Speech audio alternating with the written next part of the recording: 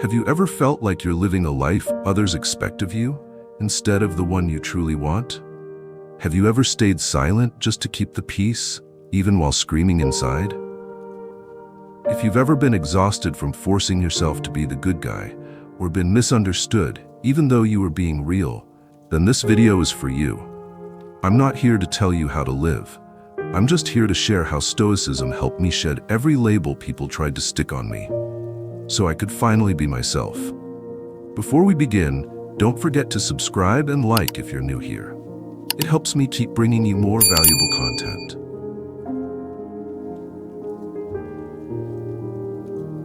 I used to think, if I just stayed kind, patient, agreeable, one day people would appreciate and respect me more. I used to hold back in arguments, stay quiet when blamed, agree with things I didn't believe in, just to keep the peace, to be seen as a good man. But over time I realized, the more I tried to please everyone, the more I lost myself. No one ever teaches us men how to say no. Since we were boys, we've been fed the same message. Be strong, be generous, sacrifice yourself. And over the years, we wear that agreeable mask like armor. But underneath is a man running on empty. A man quietly asking himself, what the hell am I living like this for? Think back. How many times have you said sure when your heart was screaming, I don't want this?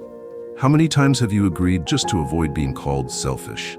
How many times have you swallowed your truth for fear of being seen as too blunt, too cold, too much?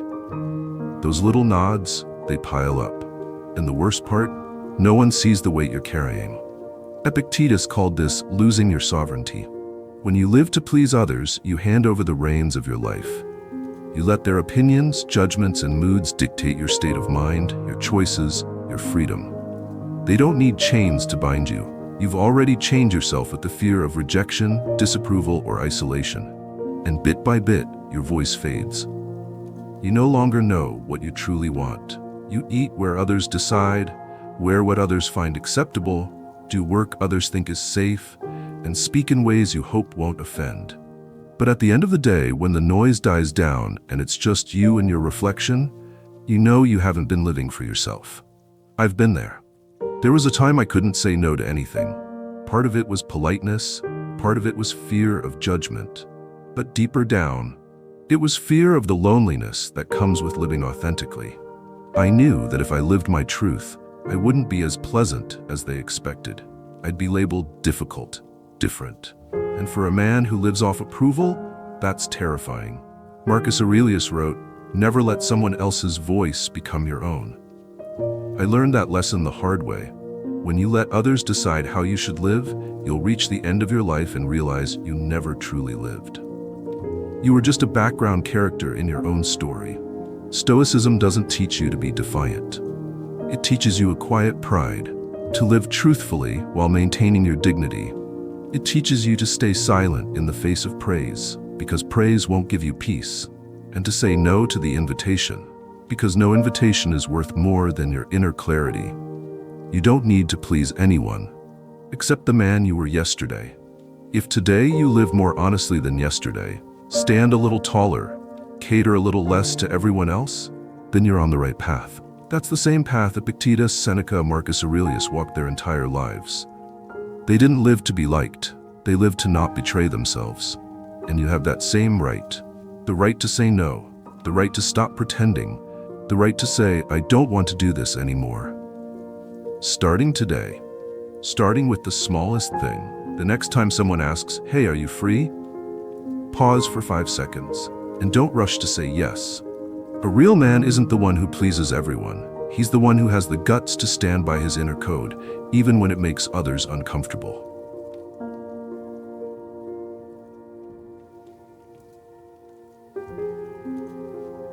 Have you ever felt like you were living inside a shirt that was too tight?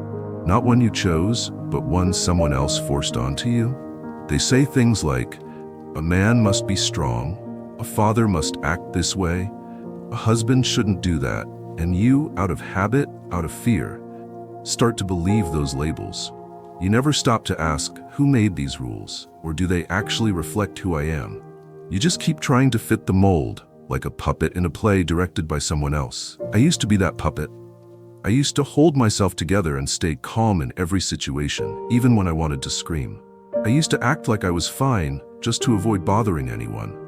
I played the part of the strong provider, the ideal father, the easygoing partner, even though deep down, I just wanted to be a regular human being, someone who gets sad, angry, tired. But the world doesn't let middle-aged men just be normal. If you're too cold, they call you heartless. If you're too blunt, they call you rigid. If you're too quiet, they say you're disconnected. If you dare to say no to something that doesn't feel right, they call you selfish. They build a maze of expectations and force you to run in circles your entire life just to prove that you're good enough. Stoicism calls this a form of corruption of essence, when you live by other people's definitions instead of your own. Epictetus said, "You are not your title.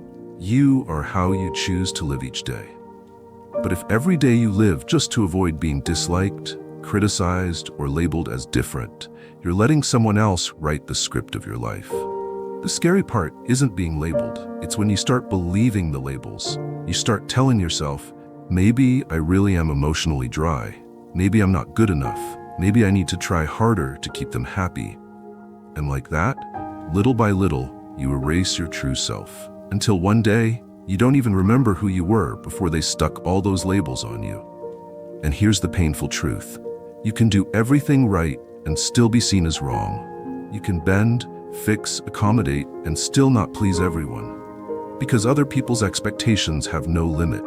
If you live by labels, you will never be fully accepted. Only by living honestly can you find peace. Marcus Aurelius once wrote, "If someone misjudges you and you don't live according to that misjudgment, they've already lost. And you win, not in their eyes but in your own. That's the only victory that matters. Because if the whole world praises you but you despise yourself, you've already lost." I learned something from Stoicism. Reputation is worth less than inner freedom. A flattering label doesn't make you better. A harsh label doesn't make you lesser. The only thing that defines your dignity is whether you have the courage to live by your true values, even when they don't match the role others expect you to play. Freedom doesn't come from silencing others' opinions. It comes from no longer believing you have to perform for them. If today you find yourself living as someone else, trying to be the ideal man, trying to please family, friends, society, pause. Ask yourself, do I really want to live like this? Or am I just following the labels others stuck on me? Stoicism doesn't make you rigid, cold, or careless. On the contrary, it teaches you how to be a real human being, untouched by flattery or blame, unshaken by expectations, no longer acting like anyone but yourself.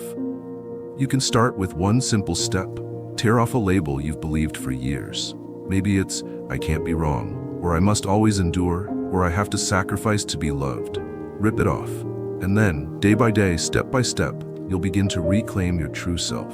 No labels, no pretending, and no needing anyone's permission to just be you.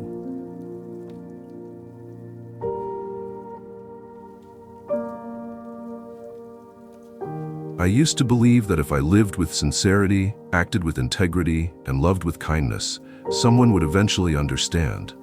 But that's not how life works. People don't always see you clearly. In fact, the ones you care about the most are often the ones who misunderstand you the deepest. And that's what hurts the most. You open up and share what you believe to be true. They say you're preaching. You stay quiet to keep the peace. They call you cold, emotionless. You pull back to center yourself. They say you're detached, abandoning them. You live with principle. They label you rigid or controlling. They take one fragment of your behavior and inflate it into your entire identity. Then they stamp you with labels: difficult, insensitive, lacks empathy. You look at them, you want to speak up, to scream, "That's not who I am." But you stay silent. Not because you're weak, but because you know, the more you explain, the more they twist it. So you accept the silence. But that silence is never peaceful. It holds rage, sadness, a slow burning wound. It makes you shrink, close up. And one day you realize you've lost the courage to be real. Stoicism calls this an internal failure, when you lose your calm over someone's distorted perception of you. You've handed your emotions over to someone else. Epictetus once said, It's not what others do that hurts us, but how we perceive it. But how can it not hurt when someone you trusted paints a warped version of you?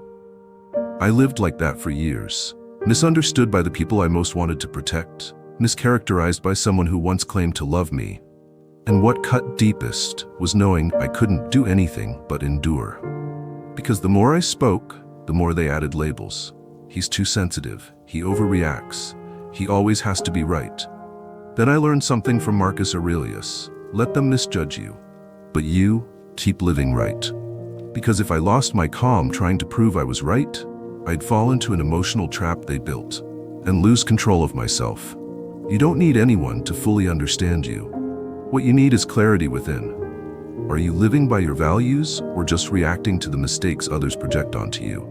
Their misunderstanding doesn't diminish you, but your uncontrolled anger that can drown you in self-doubt and chaos. Seneca once wrote, "A man who isn't ruled by others won't be wounded by their words." And he was right. Once you regain emotional control, you'll see misunderstandings as passing clouds. You don't need to chase each one trying to explain yourself. I'm not saying you don't have the right to be angry. You do. Sometimes anger is the natural response of someone who's been hurt. But don't let that anger run your life. Let it pass. Let the false assumptions exist, but don't let them touch your core. You can't control what others think, say, or distort, but you can decide this: I will not live to fix someone else's mistaken view of me. I will live to become a man I can respect, even if no one else sees it. Since I stopped trying to make them understand, I've been at peace. Since I accepted that being misunderstood is part of life, I've stopped letting it control me. And since I placed inner integrity above outer image, I've felt truly free. I hope you find your way to that place too, where you don't need anyone to get it right. Don't need anyone's approval. Don't need anyone to peel the labels off. You just need one thing: to know exactly who you are and live that truth every single day.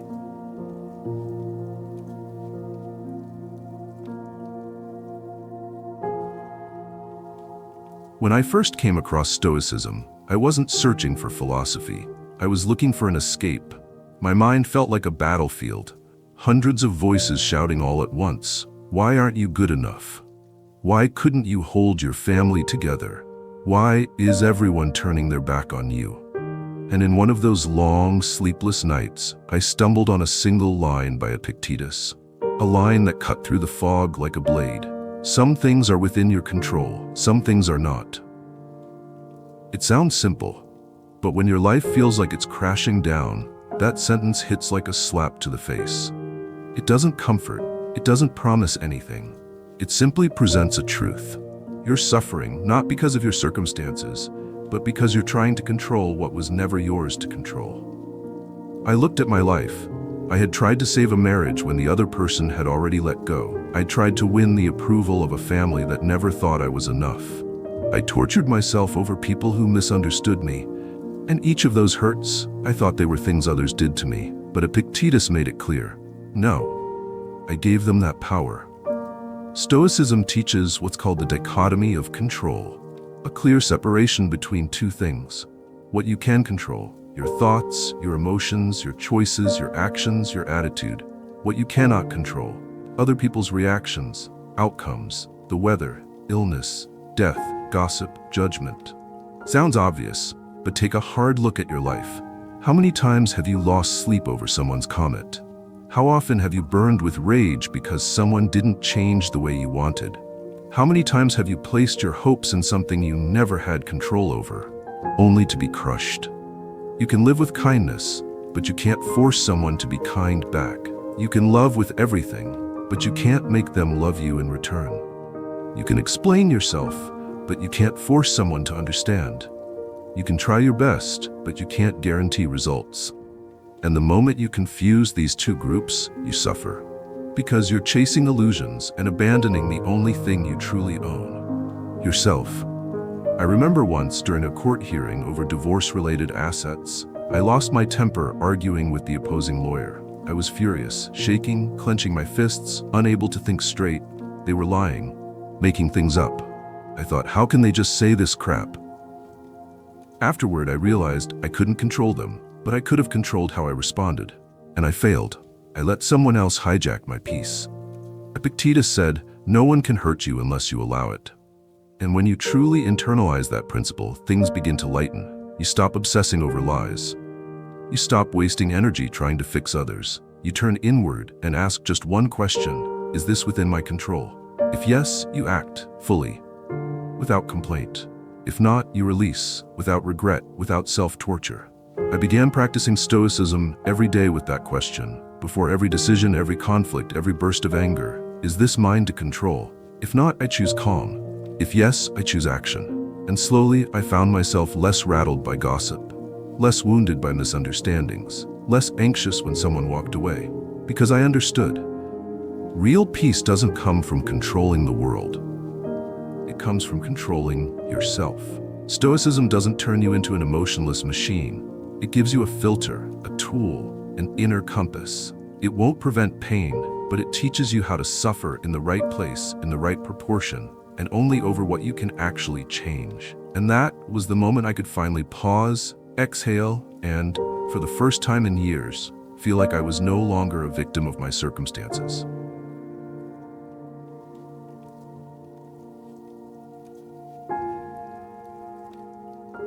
There was a time I lived as if I were on trial every day. An invisible courtroom where no one was officially a judge, yet everyone passed judgment. A casual comment from a friend, a scrutinizing glance at a cafe, a cold throwaway remark on social media. And I, like a self-appointed defendant, kept trying to justify, explain, defend, just to preserve this image of being decent, responsible, righteous in the eyes of others. Then I read a passage by Marcus Aurelius, the emperor who bore the weight of an entire empire, who too was misjudged, betrayed, despised. If someone judges you, ask yourself, does this person live by reason, by virtue, by truth? If not, their words are no more than wind through a crack in the wall. I stopped, and I broke down in tears, because I realized I had handed too much power to people who didn't deserve it. I cared deeply about the opinions of those who had never walked a day in my shoes. I let the judgments of people who knew nothing of my truth, who didn't understand my context, who didn't live by reason but by bias, control my emotions, my moods, even my decisions, as if their voice was some divine truth. Marcus was right. You can't seek validation from those who don't live by the values you respect. If someone doesn't value honesty, why would their opinion of your character matter? If someone is bitter, selfish, petty, why let them define who you are? Stoicism teaches us to build an internal system of judgment. You don't react on impulse to every compliment, criticism, or doubt. You filter. You choose. You keep the feedbacks from people who are rational, fair, and grounded. The rest is noise. I began using a rule. When someone says something that shakes me, I stop and ask 3 questions. Does this person live by reason? Do they truly understand the context I'm living through? Do they genuinely want what's best for me? Or are they just defending their own bias? If the answer to any of those is no, I let it go. No arguing, no explaining, no proving anything. Marcus also wrote, "We waste too much time wondering what others think of us, when we should spend that time asking, have I lived rightly?" That one sentence changed how I start every morning. Instead of asking, will people accept me today? I ask, will I live in line with my values today? And the miracle is, once you begin living by your own standards, you no longer need other people's permission to be at peace. Their judgments lose their sting. They become background noise. The more you live with reason, the easier it is to recognize who's living on instinct. And when that happens, you no longer let their emotional chaos dictate the map of your life. You no longer get pulled into their theater, where guilt, anger, and pressure are used to manipulate your silence, your clarity, your truth. And you begin to feel lighter. Not because you've become cold, but because you now understand. You don't need to care about every whisper. You only need to live in a way that, at the end of the day, when you stand in front of the mirror, you can look yourself in the eye without flinching. Because in the only court that truly matters, there's just one judge, and that judge is you. Live in a way that allows you to forgive yourself when you fail. Live in a way that earns your own respect, even when no one else gets you. That's how Marcus Aurelius lived. And that's the path of a real man, not one who seeks applause, titles, or fanfare, but one who simply lives rightly, steady as stone in the storm of life.